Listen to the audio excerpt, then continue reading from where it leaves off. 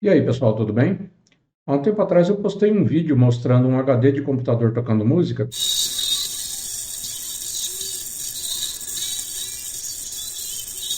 e algumas pessoas vieram perguntar como é que eu tinha feito, por que que funcionava desse jeito.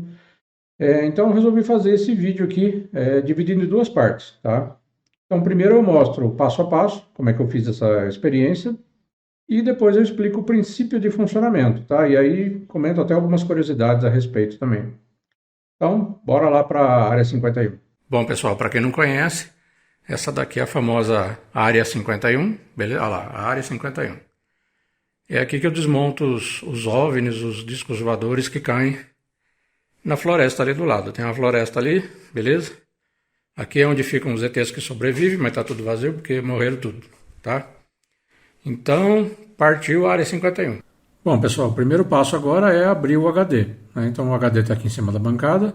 Começar a tirar os parafusos dele, incluindo esse parafuso aqui meio escondido aqui que está debaixo da etiqueta. Aliás, vamos começar por ele, tá?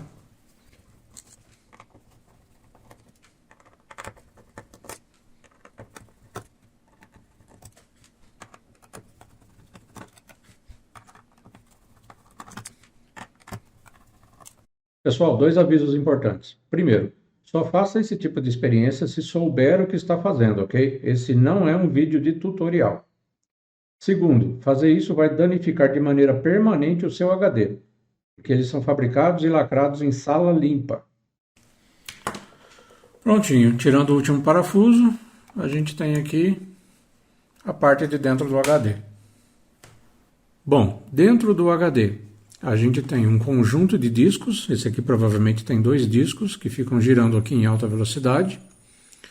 A gente tem aqui na pontinha dessa peça uma pecinha bem delicada que se chama cabeça de leitura e gravação. Então é ela que lê e que grava os dados ao longo aqui do disco, tá? Ao longo da superfície do disco. Aqui tem uma peça chamada braço de acesso, que serve para levar a cabeça de leitura e gravação mais para o meio do disco, ou mais para a beirada do disco, certo? E aí, pessoal, aqui é que tem uma porção de fiozinho enrolado, ok? Isso aqui é muito importante, vou falar sobre isso aqui na segunda parte do vídeo. E dois ímãs bem fortes, tá? Esse aqui na parte de cima e outro lá embaixo dos fiozinhos. Então tem um ímã aqui em cima desses fios e outro ímã lá embaixo daqueles fios ali, esses fiozinhos enrolados aqui, ok? O próximo passo agora é saber para onde que vão esses fiozinhos aqui, ok? Esses monte de fiozinho enrolado aqui saem duas pontas daqui, certo? Essas duas pontas se conectam a essa fita aqui, a esse cabo plano. Isso aqui é um cabo, tá? Tem várias trilhas aqui, ok? Então a gente tem que descobrir aqui o paradeiro, tá? Da onde que saem as duas pontinhas. Então saem duas pontas desse monte de fiozinho enrolado aqui que passam por aqui e atravessam essa parte aqui, vão lá do outro lado do disco, ok? Vai vir aqui para esse lado aqui, vou ter que remover essa tampinha aqui, tá? Para a gente descobrir agora para onde que vai as duas pontas daquele fio ali. Então, removendo o circuito de baixo,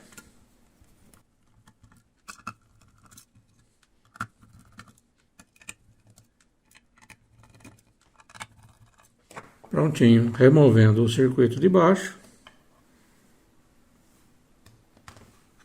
a gente tem aqui um conector, tá? Então, esse cabo plano aqui, essa fitinha aqui, tem uma porção de condutores, né, como se fossem fios mesmo, que trazem as duas pontas desse fio aqui, e mais os sensores aqui das cabeças de leitura e gravação, passam por aqui, entra por debaixo dessa chapinha aqui, e vem para esse conector aqui fora, tá? Vamos ter que descobrir agora quais são os dois conectores daqui, quais são esses dois contatos, quais são os dois contatos desse conector aqui que estão conectados a esses fios enrolados aqui, ok? Bom, eu verifiquei aqui que as duas pontas daqueles fiozinhos enrolados passam por essas duas trilhas que são mais grossas aqui, tá vendo? E seguindo as trilhas, eu cheguei nesses dois contatos aqui desse conector que fica na parte de baixo do HD. Então eu conecto dois fios ali, tá? Fiz uma conexão ali bem temporária mesmo, prendi ali com fita adesiva. E esses dois fios ali eu vou conectar na saída de som. Bom, pessoal, o que eu fiz aqui então foi pegar o HD com os dois fios que estão saindo dele ali e colocar na saída de um amplificadorzinho que eu tenho aqui, tá? Esse aqui é um amplificador bem simplesinho que eu tenho aqui, ok? E na parte de trás do amplificador tem ali dois conectores que vão para a caixa de som do lado direito e dois conectores que vão para a caixa de som do lado esquerdo, tá? Nesse caso eu liguei no esquerdo aqui, poderia ser o direito também, tanto faz, tá? O importante é pegar os dois fios que saem do HD e colocar numa dessas saídas aqui da caixa de som, ok? Vamos ver agora, a gente bota aqui para frente, o HD já está aqui posicionado, eu vou colocar então, vou selecionar a entrada aqui, Bluetooth, não, cartão de memória, beleza. Então o que eu vou fazer agora é aumentar o volume e vamos ver o que acontece aqui.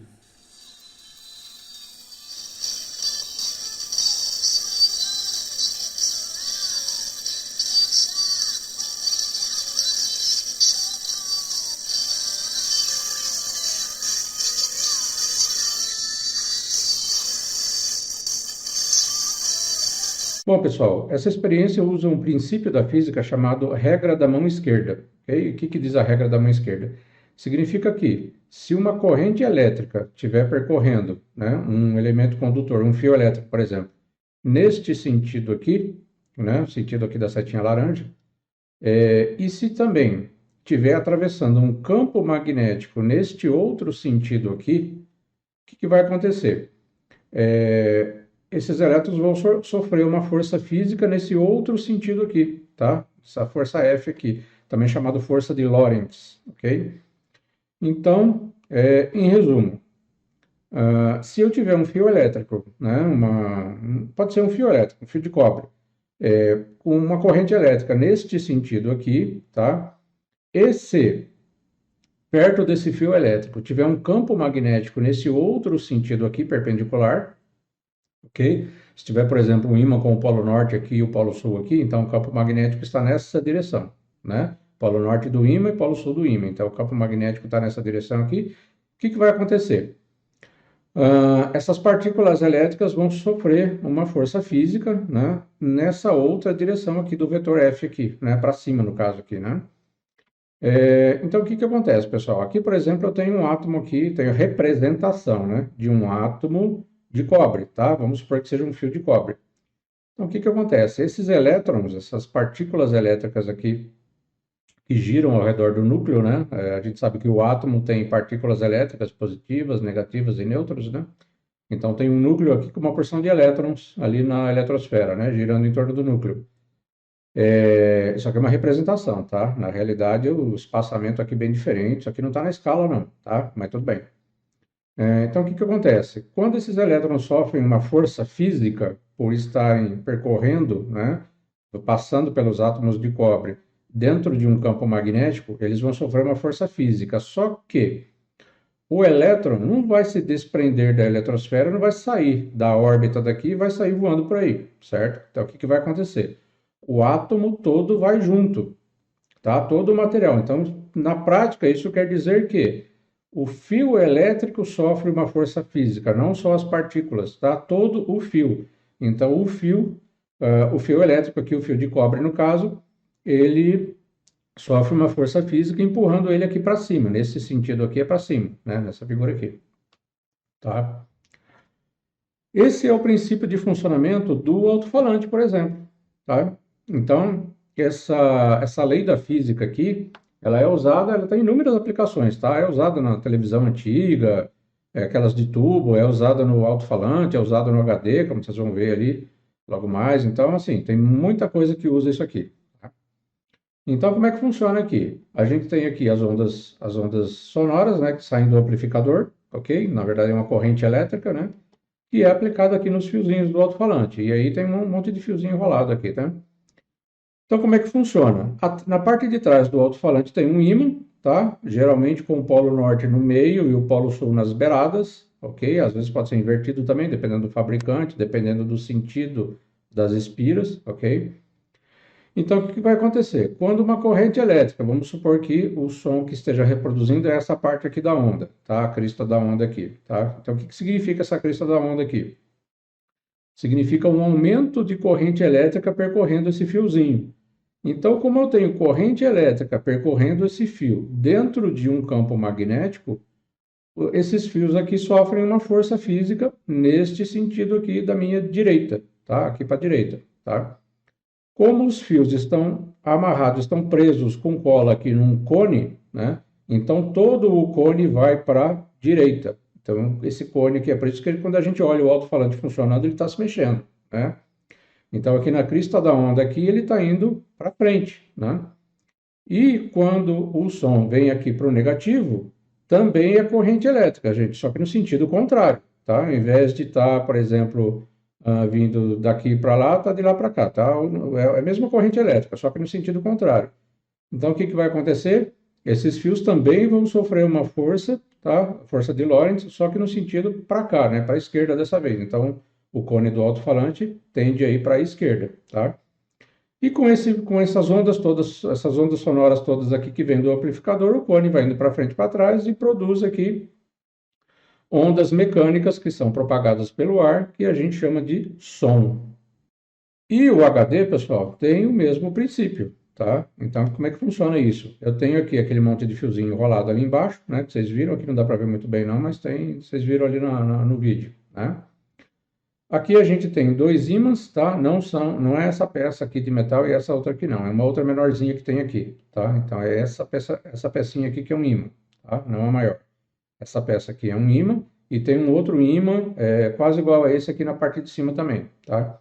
Essa armação de metal aqui serve para duas coisas, para posicionar o ímã no lugar certo e para ajudar a conduzir o campo magnético do ímã, tá? Então, como é que funciona isso? Eu tenho os fios aqui, né? Então, quando o computador envia para cá uma corrente elétrica que vai percorrer esse fio aqui, a corrente elétrica está passando aqui dentro de um campo magnético, certo? Não é, essa parte aqui dos fios não é muito importante, porque pode ver que ele está fora do ímã, tá? Ele tá, a outra parte aqui, ó, nesse sentido aqui é mais importante, porque ela está dentro do campo, está passando por dentro do campo magnético, né, dos dois ímãs. E aí o que acontece? Eu tenho corrente elétrica aqui passando nesse sentido, dentro do campo magnético. O que acontece? Uma força física naquele sentido ou nesse sentido aqui, tá? Então essa peça vai ser movida fisicamente para lá ou para cá. E do outro lado dela está a cabeça de leitura e de gravação. Então ela também vai ser movida para lá ou para cá. É assim que o computador posiciona a cabeça de leitura e gravação no lugar certinho aqui desses discos que ele vai ler ou gravar, ok? Bom, como eu falei para vocês, as aplicações são inúmeras, né? Tem vários lugares aí do cotidiano, do nosso dia a dia, que utilizam esse princípio aí da física. Motor elétrico, por exemplo, tem várias coisas, né? E aí, pessoal, no finalzinho dos anos 80, começou a surgir uma série de especulações a respeito aí desse tipo de aplicação, né?